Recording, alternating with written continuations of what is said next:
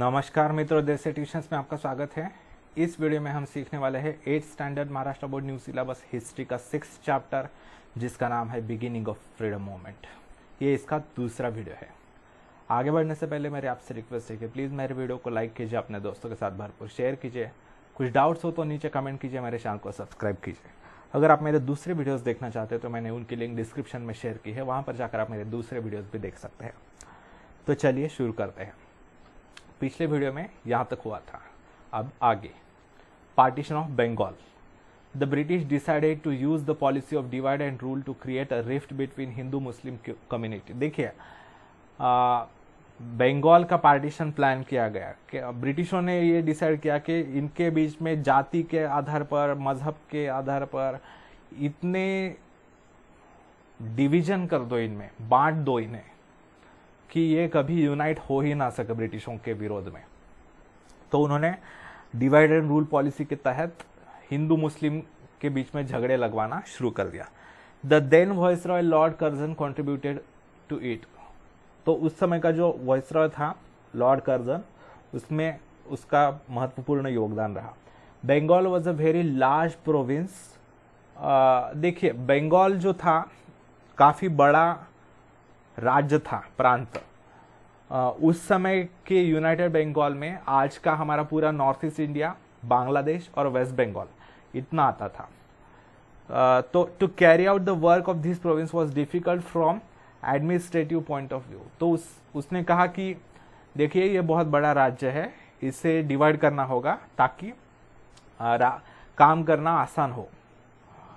Bye putting up this region In 1905 he declared the partition of Bengal province। उसने ये कारण बताकर 1905 में बंगाल का पार्टीशन करने का घोषित कर दिया।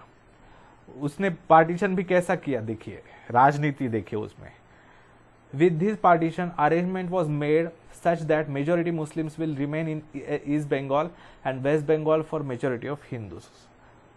ईस्टर्न बंगाल में, पूर्व बंगाल में ज्यादातर मुसलमान रहते थे और वेस्ट पश्चिम बंगाल में ज्यादातर हिंदू रहते थे। तो उसने क्या किया कि हिंदू वाला एरिया अलग कर दिया वेस्ट बंगाल, और ईस्ट बंगाल मुसलमान वाला एरिया अलग कर दिया। The hidden strategy of the British was if the Hindu Muslims were divided due to partition then the freedom movement will be weaken. उन्होंने ये सोचा था उसके पीछे, ये तो बताने के लिए कारण था कि बहुत बड़ा राज्य है और संभालना कठिन हो रहा है। उनका मनीषा ये थी उसके पीछे की हिंदू और मुसलमान को बांट देना, डिवाइड करना। अगर पार्टीशन कर दिया दोनों को तो दोनों कभी साथ नहीं आ पाएंगे। फिर उसने डिक्लेयर कर दिया partition of Bengal on the basis of Hindu Muslim.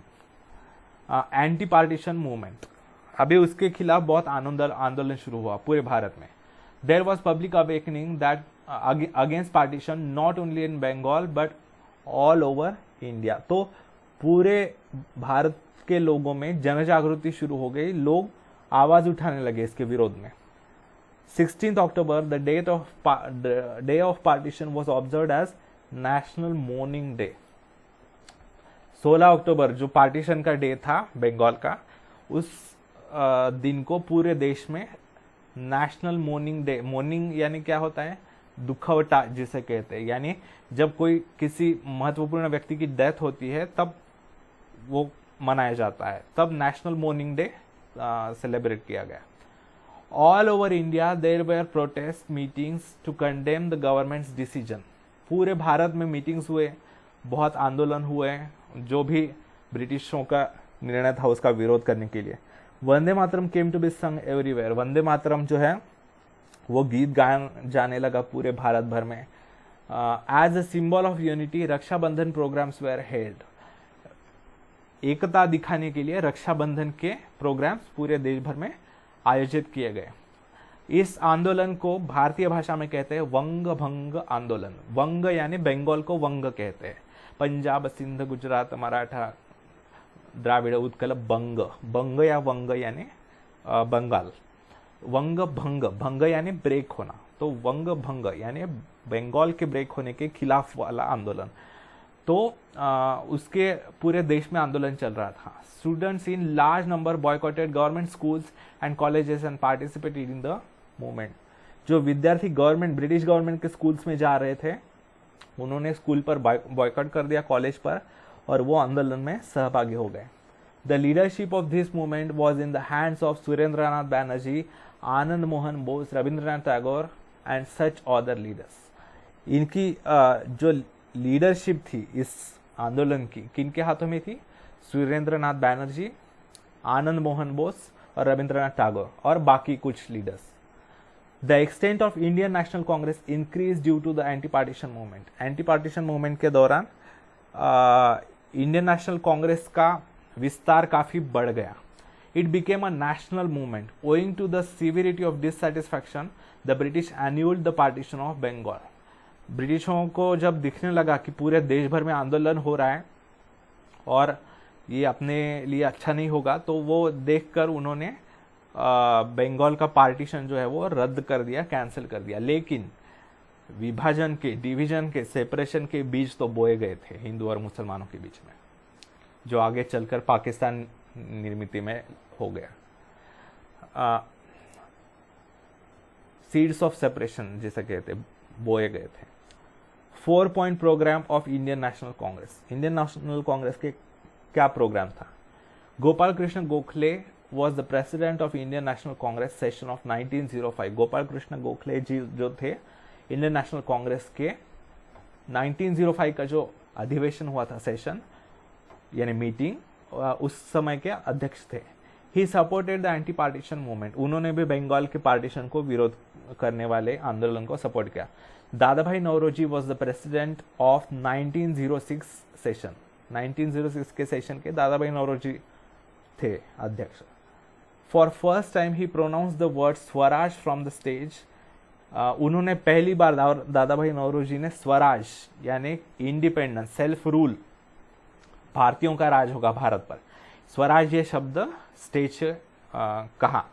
In his presidential speech he gave the message that remain united, try sincerely and fulfill the aim of Swaraj, so that today we will be able to save lakhs of people suffering from poverty, hunger, diseases, and India will get a respectable position among the developed countries. उन्होंने ये कहा कि हमें पूरा United रहना है, एकत्रित रहना है और हमारे पूरे जोर पर प्रयास करना है ताकि हमें स्वराज मिल सके, इंडिपेंडेंस मिल सके, ताकि जो हमारे देश में लाखों लोग गरीबी और भूखमरी से और बीमारियों से उनकी हालत बहुत ख़राब है, उनकी अच्छी हालत हो सके अगर हमारा अपना राज होगा तो, और जो बाकी देश है उनके साथ हमारे सम्मानजनक स्थिति होगी. In the same session swaraj, swadeshi, national education and boycott, this 4 point programme was unanimously accepted by the Indian National Congress. इसी सेशन में स्वराज यानी इंडिपेंडेंस फ्रॉम ब्रिटिश, स्वदेशी यानी हम केवल भारतीय प्रोडक्ट्स ही यूज करेंगे. अभी मोदी जी कह रहे हैं ना आत्मनिर्भर भारत, वोकल फॉर लोकल, तो वो ऐसा ही था. नेशनल एजुकेशन यानी राष्ट्रीय शिक्षा मिलनी चाहिए, ब्रिटिशों की शिक्षा नहीं लेंगे हम जिसमें उनका उदात्तीकरण, उनका ग्रेटनेस बताया गया हो. बॉयकॉट यानी जो ब्रिटिश सामान जो आ रहा है उसके ऊपर बॉयकॉट, बहिष्कार करना. ये 4 मुख्य बिंदु रखे गए और ये 4 पॉइंट प्रोग्राम एक मत से पास हो गया. Due to swadeshi movement we will be self sufficient. Swadeshi आंदोलन के कारण हमारे यहाँ जो है रोजगार उत्पन्न होगा, हमारे लोगों को काम मिलेगा, जो हमारे बेरोजगार हो चुके हैं लोग, वर्कर्स वगैरह, उनको काम मिलेगा. To follow the path of swadeshi we need to bring together capital, resources, man power and such other forces and from this the benefit of our country will be achieved. तो यही आज मोदी जी भी कह रहे हैं कि अगर हम स्वदेशी अपनाएंगे, स्वदेशी प्रोडक्ट्स, हमारे देश के प्रोडक्ट्स अपनाएंगे, यूज करेंगे, तो कैपिटल, उसमें से जो पैसा आएगा वो हमारे देश में रहेगा. रिसोर्सेज यानी जो भी हम रिसोर्सेज यूज कर रहे हैं वो हमारे देश में रहेंगे. मैन पावर यानी जो लोग नौकरियां करेंगे फैक्ट्रीज में वो हमारे लोग रहेंगे और बाकी बहुत अच्छा फायदा होगा हमारे देश को. It was decided that boycotting of foreign goods is first step and boycott of foreign rule will be the next step. उन्होंने ये कहा कि विदेशी जो सामान है उसका बहिष्कार करना ये पहली स्टेप है, और अगली स्टेप क्या होगी, विदेशी राज्य का यानी ब्रिटिश गवर्नमेंट का बहिष्कार करना अगली स्टेप होगी। Due to boycott we will be able to attack the roots of British imperialism was the opinion of some of the leaders. उनका कुछ नेताओं का ये मत था कि अगर हम बहिष्कार कर पाएंगे तो उनके जरिए हम ब्रिटिशों का जो राज्य फैल रहा है इतना व्यापार के जरिए लूट लूट कर, वो हम अटैक कर पाएंगे, ऐसा कुछ लीडर्स का मत था। Do you know Gopal Krishna Gokhale founded the Servants of India Society in 1905। Gopal Krishna Gokhale ji ने भारतीय समाज के सेवक ये 1905 में सोसाइटी की स्थापना की। To create love for the country, teach them sacrifice of self-interest, differences between religion and caste should be destroyed, and to create social harmony, spread of education were the main objectives of Servants of India Society. इस Servants of India Society का मुख्य उद्देश्य क्या था? भारत के मातृभूमि के बारे में प्रेम निर्माण करना, भारत देश के, हमारे देश के बारे में, स्वदेश के लिए कुछ भी बलिदान करने की तैयारी होना, अपना हित सोचने से पहले देश के बारे में सोचना, जो मजहब है, धर्म है, जाति है, उन सबको भूल कर हमें यूनाइट होना है और सबके बीच में अच्छा वातावरण रखना है, यूनाइटेड, ये इसका उद्देश्य था। Differences between moderates and extremist, अभी मॉडरेट्स और एक्सट्रीमिस्ट के बीच में मतभेद निर्माण होने लगा। The differences between the ideologies of Indian National Congress rose to great extent in Surat session in 1907। 2 ही वर्षों बाद जो 2 ग्रुप्स थे कांग्रेस में, मॉडरेट्स और एक्सट्रीमिस्ट, उनके बीच में विचारधाराओं का मतभेद होने लगा, उनके बीच में थोड़ा झगड़ा होने लगा। The moderates were trying to keep aside the resolution of swadeshi and boycott. जो मॉडरेट्स थे, मैंने आपको पिछले लेक्चर में, पिछले वीडियो में भी कहा, मॉडरेट्स यानी वो कह रहे थे कि कॉन्स्टिट्यूशन मीन्स से विनम्रतापूर्वक हमें ब्रिटिशों की सामने मांगे रखनी चाहिए, और जो एक्सट्रीमिस्ट थे उनका ये कहना था कि इनको तो जूते मारकर हकालना चाहिए, ऐसे थे। तो मॉडरेट्स को क्या लगा कि स्वदेशी यूज करना, हमारे देश के प्रोडक्ट्स यूज करना और विदेशियों पर बॉयकॉट करना, विदेशी सामान पर, ब्रिटिश सामान पर, ये जरा हम साइड को रखेंगे, ऐसा अभी ये नहीं करना चाहिए, ऐसा उनका मत था। The extremist trying that this opposition should not be successful. Extremist group जो था वो कह रहा था कि ये बिल्कुल नहीं, स्वदेशी तो करना ही है और बॉयकॉट भी करना है विदेशी प्रोडक्ट्स का, ब्रिटिशों का। Gopal Krishna Gokhale, Surendranath Banerjee, Firoz Shah Mehta, such moderate leaders blame that the extremist leaders are trying to capture the Indian National Congress। ये जो मॉडरेट लीडर्स थे उनका ये कहना था कि नहीं नहीं, ये तो आपके अनुसार ही हो रहा है, ये ठीक नहीं है। Lala Lajpat Rai try to act as a mediator. Lala Lajpat Rai जो एक्सट्रीमिस्ट लीडर थे, उन्होंने मध्यस्थता करने का प्रयास किया, यानी दोनों के बीच में सुलह करने का, यानी झगड़ा सुलझाने की कोशिश की। As per Tilak's opinion, Indian National Congress was a national platform, hence it should not be divided। Lokmanya Tilak ji का मत था कि इंडियन नेशनल कांग्रेस एक राष्ट्रीय एक संस्था है, तो इसके टुकड़े नहीं होने देने चाहिए, डिवाइड नहीं होने देना चाहिए। During the session, the tension increased and since no compromise was possible, finally there was a split in the Indian National Congress। तो इसी मतभेद के अनुसार इसी सेशन में, इसी अधिवेशन में तनाव बढ़ गया मॉडरेट्स और एक्सट्रीमिस्ट के बीच में, और इंडियन नेशनल कांग्रेस का डिवीजन हो गया, विभाजन हो गया, टुकड़े हो गए। सप्रेशन ऑफ द ब्रिटिश, अभी ब्रिटिशों ने भी सप्रेशन यानी आंदोलन को दबाना शुरू कर दिया। After anti partition movement the government was disturbed looking at the influential public protest. देखिए, एंटी पार्टीशन मूवमेंट यानी बंगाल का पार्टीशन करने के खिलाफ जो आंदोलन हुआ था पूरे देश भर में, तो ब्रिटिश सरकार को, ब्रिटिश शासन को डर लगने लगा कि ये तो लोग जागरूक हो रहे हैं, तो इनको विरोध करना चाहिए, इनको दबा देना चाहिए। To control this movement the government use the policy of suppression. दबा देना, आंदोलन दबा देना, कुचल देना, उनको गोलियां चलाकर, हिंसा करके उनको धमकाना। Holding of public meetings was legally banned. जो सभाएं हैं, जो सार्वजनिक सभाएं ली जाती थी इन नेताओं द्वारा लोगों को जागरूक करने के लिए, उस पर बैन कर दिया गया, पाबंदी लाई गई। Strict punishments were given to those who broke the law. School children were also beaten up. जो नियम तोड़ रहे हैं, यानी ऐसे अत्याचारी नियम जो बनाए गए थे ब्रिटिशों द्वारा, वो नियम जो तोड़ रहे थे उनका विरोध करने के लिए उनको बहुत ज़्यादा कड़ी सजा दी गई। और जो स्कूल चिल्ड्रन उनको भी मारा गया पुलिस द्वारा, ब्रिटिश पुलिस द्वारा, यानी देखिए बच्चों को भी मारा गया। Many restrictions were imposed on newspapers. Newspapers के ऊपर काफ़ी पाबंदियाँ लाई गई कि ब्रिटिश गवर्नमेंट के खिलाफ, ब्रिटिश के खिलाफ आप कुछ नहीं लिख सकते, कुछ नहीं छाप सकते। Many printing press were confiscated on grounds of blame of criticising the government. कई सारे प्रिंटिंग प्रेस जहाँ पर न्यूज़पेपर्स पब्लिश होते थे, बुक्स पब्लिश होते थे ब्रिटिशों के अगेंस्ट, उनको बंद कर दिया गया, जब्त कर दिया गया। Writers and editors were imprison. जो भी लेखक थे जो ब्रिटिशों के विरोध में लिख रहे थे, न्यूज़पेपर्स के जो एडिटर्स थे, उनको बंदी बना लिया गया, कैद कर लिया, जेल में डाला।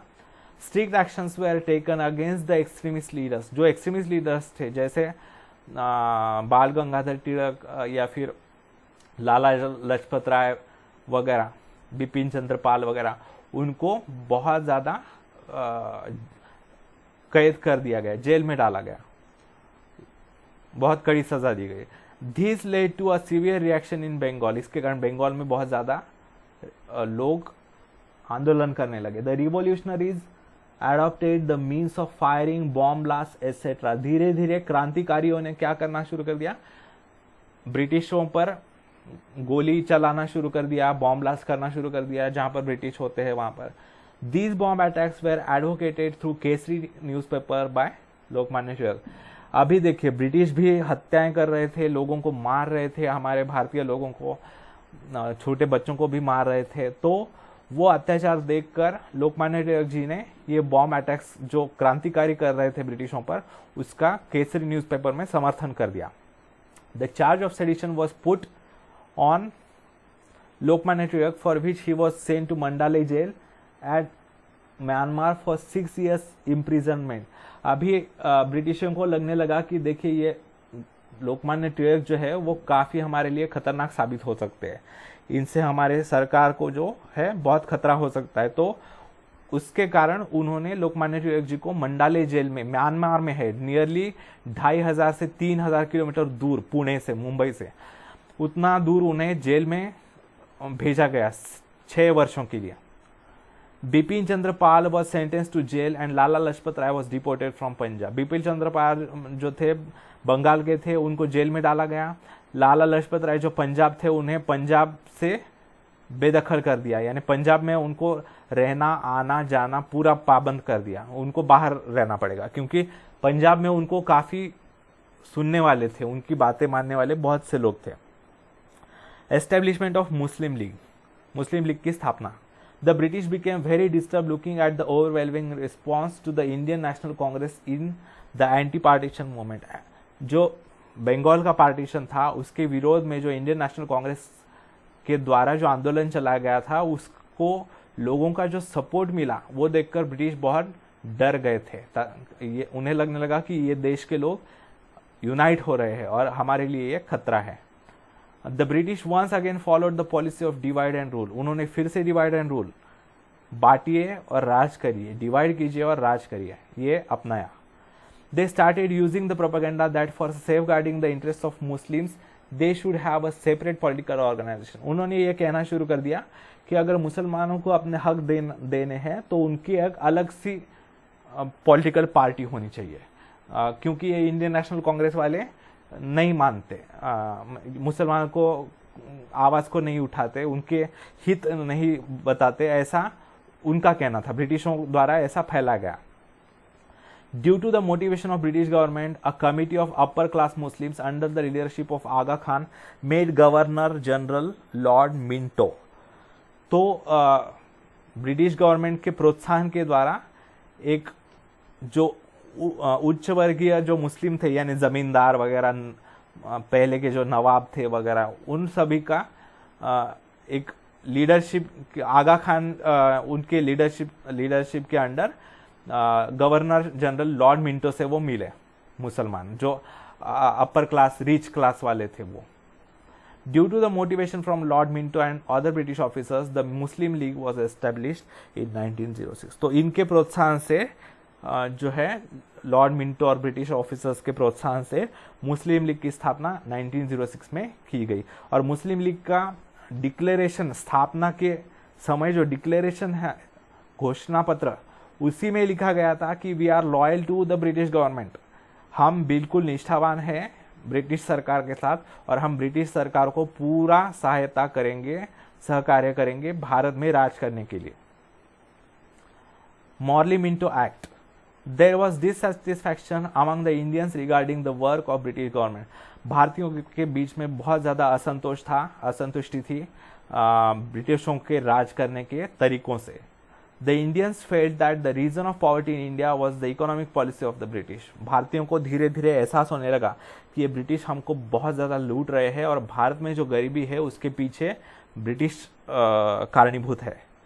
Oppressive policy of Lord Curzon, exclusion of educated Indians in government services, unjust behaviour towards Indians in Africa, all this added to the dissatisfaction of Indian people.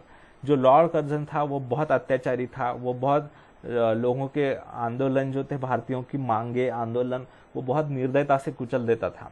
और जो एजुकेटेड इंडियंस थे उनको गवर्नमेंट सर्विसेज में नौकरियां नहीं दी जाती थी, सरकारी नौकरियां। और भारतीयों की तरफ, अफ्रीका में भी उस समय ब्रिटिशों का राज था, तो भारतीयों की तरफ जो अफ्रीका में जो भारतीय थे उनके साथ भी बहुत बुरा बर्ताव किया जाता था। तो इसके कारण बहुत से भारतीय वर्कर उस समय अफ्रीका में काम करने के लिए जाते थे, तो वहां पर के जो ब्रिटिश अधिकारी थे वो भी भारतीयों के साथ बहुत ज़्यादा बुरा बर्ताव करते थे।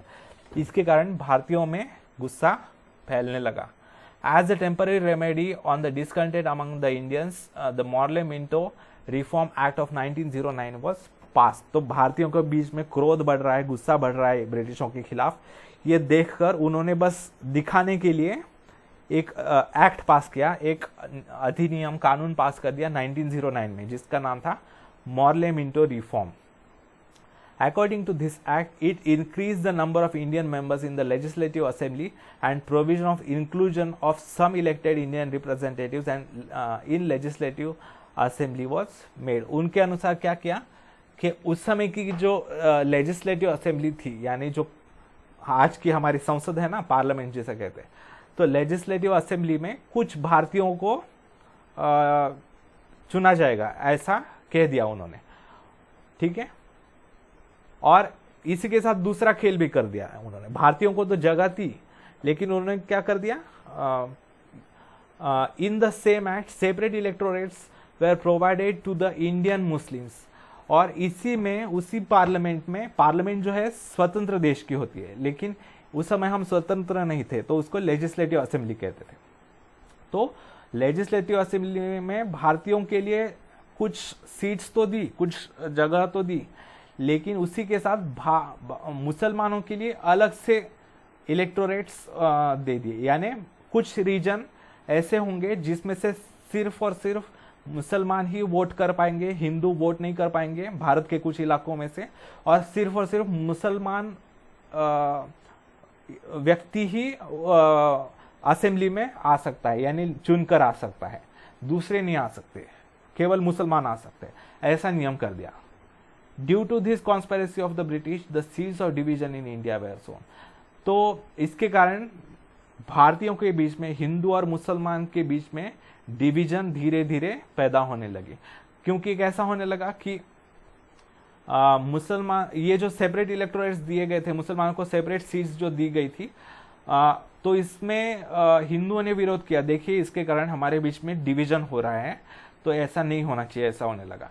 लेकिन मुसलमानों को ये लगा कि ये हिंदू तो हमें सीट मिल रही है तो उसका विरोध कर रहे हैं, तो हमें तो सीट चाहिए, और ये हिंदुओं का नहीं मानेंगे हम, ऐसा करके हिंदू और मुसलमान के बीच में डिवीजन पैदा हो गया। वैसे ही पॉलिटिक्स समझ लीजिए आज के समय भी हमारे देश में चलता है, जो जाति जाति के बीच में डिवीजन करने का है, एक जाति को हम ये देंगे, दूसरे जाति को हम वो देंगे, ये करके हमारे बीच में डिवीजन करके आज के पॉलिटिशियंस हमारे ऊपर राज करने का प्रयास करते हैं।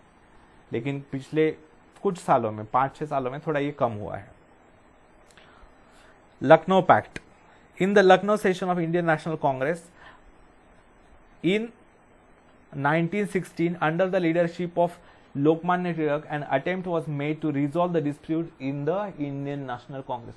Indian National Congress के बीच में जो झगड़ा चल रहा था वो थोड़ा सुलझाने का प्रयास लोकमान्य तिलक जी ने किया 1916 में, जो सेशन हुआ था उसमें 1916 में लखनऊ में, उत्तर प्रदेश में आज के।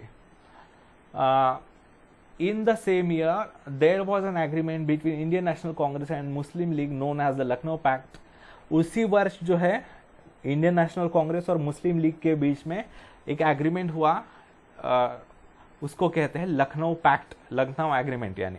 According to this pact, the Indian National Congress agreed to separate electorates to Muslims and Muslim League agreed to support the Indian National Congress in its work for getting political rights to India. देखिए इस Lucknow pact में क्या decide किया गया, Indian National Congress जो थी उन्होंने मान लिया कि ठीक है मुसलमानों को सेपरेट सीट्स दे दीजिए, केवल मुसलमानों को वोटिंग राइट्स दीजिए कुछ रीजन में, ये हम मानते हैं। और मुस्लिम लीग से ये लिया वापस कि आप हमारे आंदोलन को सपोर्ट करेंगे कांग्रेस के। लेकिन मुस्लिम लीग वाज नॉट ऑनेस्ट, उन्होंने यानी केवल अपना फायदा देखकर कि मुसलमानों को अलग सीट मिल रही है देखकर उन्होंने कांग्रेस के साथ मान तो लिया कि हम आपके आंदोलन को सपोर्ट करेंगे, लेकिन उन्होंने सपोर्ट नहीं किया, भारत के विभाजन को ही उन्होंने सपोर्ट किया। होम रूल मूवमेंट, बाद में home rule movement, home rule movement यानी क्या, होम रूल यानी होम यानी यहाँ के जो लोग हैं इस देश में, देश को होम कहा गया है, तो पूरे देश के लोगों का ही राज होना चाहिए, भारत पर भारतीयों का राज होना चाहिए, ना किसी फॉरेनर का, तो उसे कहते हैं home rule movement. In 1914, when Lokmanya Tilak was released from the Mandalay jail, the First World War had begun in Europe. देखिए 1914 में लोकमान्य तिलक जी को मंडाले जेल से उनकी सजा पूरी होने पर छोड़ दिया गया। उसी समय क्या हुआ था, पहला विश्व युद्ध, फर्स्ट वर्ल्ड वॉर शुरू हो चुका था यूरोप में। The direct consequences of this war had to be beared by India as well. तो इसका क्या परिणाम हुआ, भारतीयों को भी इसके बहुत बुरे परिणाम सहने पड़े। देखिए कोई भी वॉर लड़ने के लिए, कोई भी युद्ध लड़ने के लिए बहुत खर्चा होता है, वेपन्स खरीदने पड़ते हैं वगैरह। तो उनको, ब्रिटिशों को यूरोप में लड़ाई लड़ने के लिए जो वेपन्स वगैरह खरीदने थे वो उन्होंने भारत से पैसा लूटकर उन्होंने और ज्यादा लूटना शुरू कर दिया भारत को, ताकि वेपन्स खरीद कर उनको लड़ाई में यूज किया जा सके। और इवन भारतीयों को भी ब्रिटिश सेना में फोर्सिबली दाखिल करना शुरू कर दिया उनकी लड़ाई लड़ने के लिए। The rates of basic necessary commodities increase, इसके कारण बहुत ज़्यादा लूटने लगे ब्रिटिश। इसके कारण जो बेसिक ज़रूरतें थी जैसे खाने की सामान वगैरह, उनके कीमतें बहुत ज़्यादा बढ़ गई। क्योंकि क्या था, वहाँ पर ब्रिटिश तो उनके लोगों पर, इंग्लैंड के लोगों पर कोई पाबंदी नहीं लगाते थे, वहाँ पर सब सस्ताई थी, सब अच्छा चल रहा था। वो यहाँ पर सारी महंगाई करते थे, इसके कारण महंगाई बहुत बढ़ गई। और भारतीय लोग तो पहले ही गरीब हो चुके थे इनके लूटने के कारण, और उसमें से ज़्यादा महंगाई बढ़ गई तो भारतीय तो बहुत ज़्यादा भूखे मरने लगे। Many restrictions were put on the Indians by the British government. भारतीयों पर कई सारे और भी पाबंदियां लगाई गई, जैसे आप एक स्थान से, एक गांव से दूसरे गांव जाना है तो भी ब्रिटिश सरकार को बताना पड़ेगा, पुलिस स्टेशन में बताना पड़ेगा, उनके परमिशन के अलावा बिना आप नहीं जा सकते। तो इतने रिस्ट्रिक्शंस लगाए गए, किसी के ब्रिटिश गवर्नमेंट के परमिशन के बिना आप किसी को लेटर नहीं भेज सकते, अगर आप भेजते भी है तो वो लेटर आपको ब्रिटिशों को दिखाना पड़ेगा उसमें क्या लिखा है। This led to increase dissatisfaction in the minds of Indians, तो उसके कारण भारतीयों के बीच में और भी ज्यादा गुस्सा बढ़ गया ब्रिटिशों के खिलाफ। In these circumstances doctor Annie Besant and Lokmanya Tilak started the home rule movement.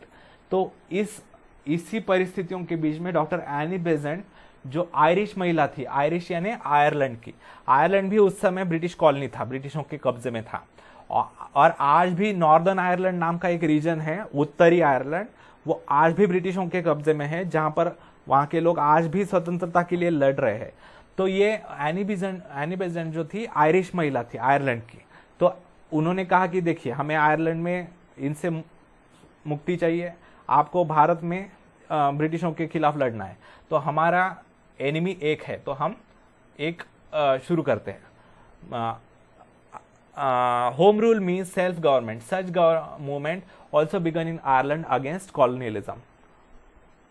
On similar lines, home rule movement demanded right of self-government in India. तो होम रूल के अंतर्गत ये मांग रखी गई कि भारत में भारतीयों का राज होना चाहिए, किसी विदेशी का नहीं होना चाहिए.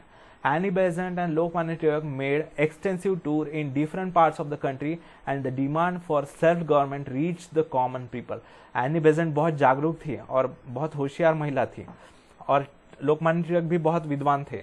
तो उन्होंने पूरे देश भर में ट्रैवलिंग की और पूरे देश भर में जनजागृति की ताकि भारतीयों को भारतीय राज स्वराज आना चाहिए, स्वतंत्रता आनी चाहिए, इसके बारे में लोगों को जागरूक किया.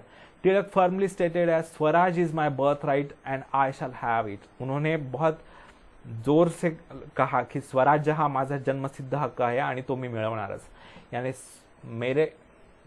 मेरा बर्थ राइट है, ये मेरा पैदाइशी अधिकार है कि मैं इंडिपेंडेंट रहूं, ना किसी के दूसरे विदेशी के कब्जे में, और ये मैं पा कर रहूंगा. First world war and India, पहला विश्व युद्ध और Bharat. The war atmosphere in Europe, growing dissatisfaction in the minds of Indians, popularity of home rule movement. In such condition, it was necessary for the British to get cooperation from the Indians. अभी देखिए भारतीयों के बीच में ब्रिटिशों के खिलाफ गुस्सा बढ़ता जा रहा था. वहां पर ब्रिटेन जो था वो युद्ध में बिजी था, तो उन्हें लगा कि देखिए अगर वहां पर युद्ध जीतना है यूरोप में तो हमें भारतीयों को थोड़ा शांत करना पड़ेगा. तो उन्होंने क्या किया, the British government decided to provide some political rights to the Indians. तो अगर उन्होंने सोचा कि भारतीयों को शांत करना है टेम्पररीली, तो उन्हें थोड़े बहुत अधिकार दिखाने के लिए दे देते हैं, राजकीय अधिकार. इन 1917 Montagu, Secretary of State for India, declared that step by step Indians will be given the right of self-government and responsible political system. उन्होंने कहा देखिए आप अभी उतने मैच्योर नहीं है, आपकी इतनी इनडायरेक्टली उन्होंने यही कहा कि देखिए आप भारतीय लोग जो है ना इतने काबिल नहीं है कि आप राज कर सके, आप तो अभी गुलाम ही रह सकते हैं, तो हम थोड़े बहुत अधिकार देते हैं आपको, और जब आप मैच्योर होंगे, आप जब अच्छे होंगे, यानी मैच्योर समझ में आता है ना, आप परिपक्व होंगे, तब आपको पूर्ण स्वराज दिया जाएगा. Tilak also declared that if the government is going to show sympathy and considerable attitude towards the demands of the Indians, only then Indian public is ready to cooperate with the British. Tilak ji ने भी कहा देखिए अगर आप हमारी मांगे मानेंगे, हमारे साथ दयापूर्वक आगे बिहेव करेंगे, बहुत अन्यायकारक नहीं बिहेव करेंगे, तो हम भी आपके साथ थोड़ा बहुत सहकार्य करने के लिए तैयार है वॉर खत्म होने तक, first world war. This policy of Lokmanya Tilak is known as responsive cooperation. इस पॉलिसी को क्या कहा लोकमान्य तिलक जी ने, रिस्पॉन्सिव कोऑपरेशन, यानी पहला कदम आपको उठाना पड़ेगा, फिर हम दूसरा कदम आपको सहकार्य करने का हम उठाएंगे, पहले आपको आगे आना पड़ेगा. मॉन्टेग्यू चेम्सफोर्ड रिफॉर्म एक्ट, तो ये देखकर ब्रिटिशों ने ये Montagu Chelmsford reform act pass कर दिया. क्या था इसमें, in 1919 the British parliament pass another act to bring constitutional reforms in India. Bharat में संवैधानिक बदलाव लाने के लिए 1919 में ब्रिटिश पार्लियामेंट ने, देखिए कितना विरोधाभास है कि भारत के लिए कानून बनाया जा रहा है और वो कहाँ बना रहा है, ब्रिटिश पार्लियामेंट में बनाया जा रहा है. आज कैसा है, आज हम स्वतंत्र हैं, हमारे दिल्ली के संसद में पूरे हमारे देश के कानून बनाए जाते हैं, बाकी किसी को वो अधिकार नहीं है. लेकिन इस समय क्या हो रहा था, ब्रिटिशों के कब्जे में थे, तो ब्रिटिश पार्लियामेंट हमारे लिए कानून बना रही थी. This act is known as Montagu Chelmsford reform act. जो एक्ट कानून पास कर दिया गया, अधिनियम, उसका नाम था Montagu Chelmsford reform act. According to this act, less important departments were transferred to the Indian ministers, whereas the important departments like finance, home affairs and revenue were under the control of the governor. इस act के अनुसार क्या decide किया गया, जो कम महत्व के departments थे, बहुत यानी कुछ इंपॉर्टेंस नहीं है, बिन काम जिन्हें कहते हैं, वो भारतीय मंत्रियों को सौंपा गया, और जो महत्वपूर्ण डिपार्टमेंट्स थे जैसे फाइनेंस, यानी टैक्स लगाना, कितना टैक्स लगाना है, कितना पैसा कहाँ पर ले जाना है, और होम अफेयर्स यानी पुलिस का कंट्रोल, पुलिस किसके कब्जे में रहेगी, और रेवेन्यू यानी भी टैक्स। तो ये महत्वपूर्ण डिपार्टमेंट्स जो थे वो ब्रिटिशों ने अपने पास रखे, ताकि कहीं पर भी आंदोलन हो तो पुलिसों द्वारा लाठी मार किया जा सके, उनको गोलियां चलाई जा सके, ये उन अपने कब्जे में रखा होम अफेयर्स द्वारा। कितना लूटना है, किसको ज़्यादा से ज़्यादा कैसे लूटना है, वो देखने के लिए फाइनेंस और रेवेन्यू डिपार्टमेंट अपने अंडर रखा ब्रिटिशों ने। और जो कम इम्पोर्टेंट के मंत्रालय थे, मंत्री डिपार्टमेंट्स थे, वो भारतीय मंत्रियों को दिए गए जिनका कोई महत्व नहीं था, और बाकी ये जो महत्वपूर्ण डिपार्टमेंट्स थे वो ब्रिटिश गवर्नर के हाथ में रखे गए। The 1919 act did not give much exposure to the demand for responsible government of Indians. 1990 act में केवल दिखाने के लिए उन्होंने कुछ सुधारणाएं तो की, लेकिन इतना कुछ भारतीयों को कुछ फायदा नहीं हुआ। रिस्पॉन्सिबल गवर्नमेंट जो था, यानी भारतीयों की मांगे सुनने वाला सरकार बनना चाहिए, ऐसी मांगे थी, लेकिन वो नहीं बन पाया। Everybody was disappointed due to this act. सारे भारतीय क्रांतिकारी स्वातंत्र्य वीर जो थे वो इसके कारण निराश हो गए। Tilak criticize the act in the following words, this is neither swaraj nor its foundation. उन्होंने बहुत कड़ी निंदा की, आलोचना की। उन्होंने कहा कि ये ना तो स्वराज है ना इसकी शुरुआत है, ये बिल्कुल बकवास है। The Indians understood that if they have to subdue the British government, then the agitation needs to be more rigorous. भारतीयों को अब समझ में आ चुका था कि अगर ब्रिटिशों को घुटनों पर लाना है तो उनके विरोध में बहुत जोर शोर से आंदोलन करना बहुत आवश्यक होगा। India got prepared for a new movement, और भारतीय जो थे, भारत आगे के नए आंदोलन के लिए तैयार होने लगा। ठीक है, तो यहाँ पर ये चैप्टर समाप्त होता है। अगर आपको मेरा वीडियो अच्छा लगे तो प्लीज़ मेरे वीडियो को लाइक कीजिए, अपने दोस्तों के साथ भरपूर शेयर कीजिए। कुछ डाउट्स हो तो नीचे कमेंट कीजिए, मेरे चैनल को सब्सक्राइब कीजिए। धन्यवाद मित्रों, आपका दिन बहुत बहुत शुभ जाए।